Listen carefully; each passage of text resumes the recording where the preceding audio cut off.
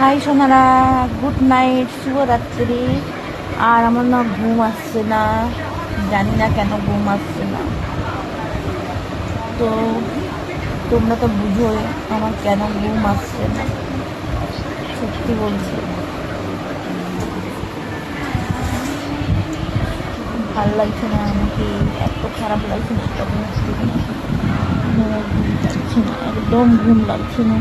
শুধু শুয়ে শুয়ে ইধার সিধার হয়ে বলছি, এত খারাপ লাগছে না।